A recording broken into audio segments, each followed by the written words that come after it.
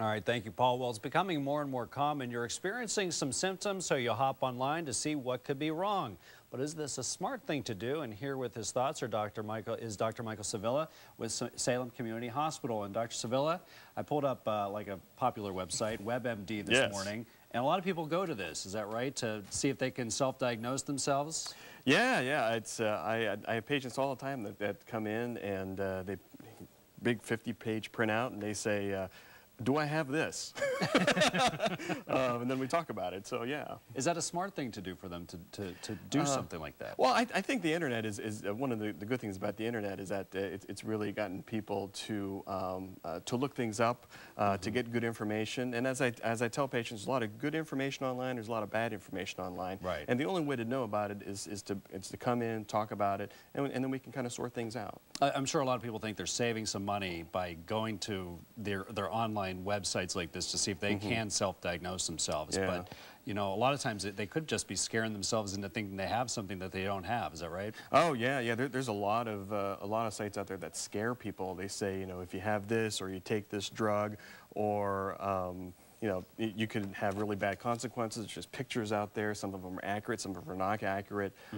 So it could be really dangerous. Now, also, we want to talk about Facebook, Twitter, all that stuff. We were talking about that in the break. That has changed as well as far as how you interact with patients. Is that right?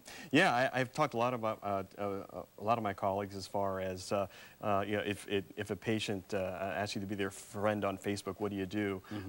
And it's really all across the board. Some doctors will say, yeah, that's no problem. Some people say no. Yeah. And I'm kind of in the middle. You know, it's just like any other kind of Facebook request.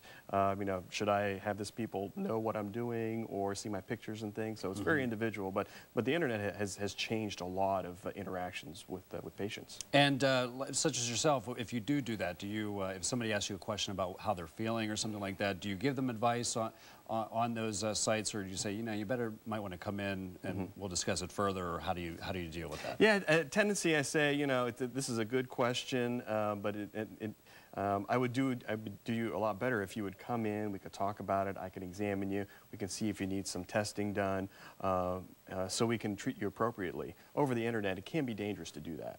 All right, Dr. Sevilla, thank you very much for joining us this morning. And again, we're taking questions on our live blog this morning from Dr. Sevilla. So if you have some, get them in. And if you don't get them in during the show this morning, we'll email them to him, and maybe he can get back to you. All right, thank you very much. Thank you.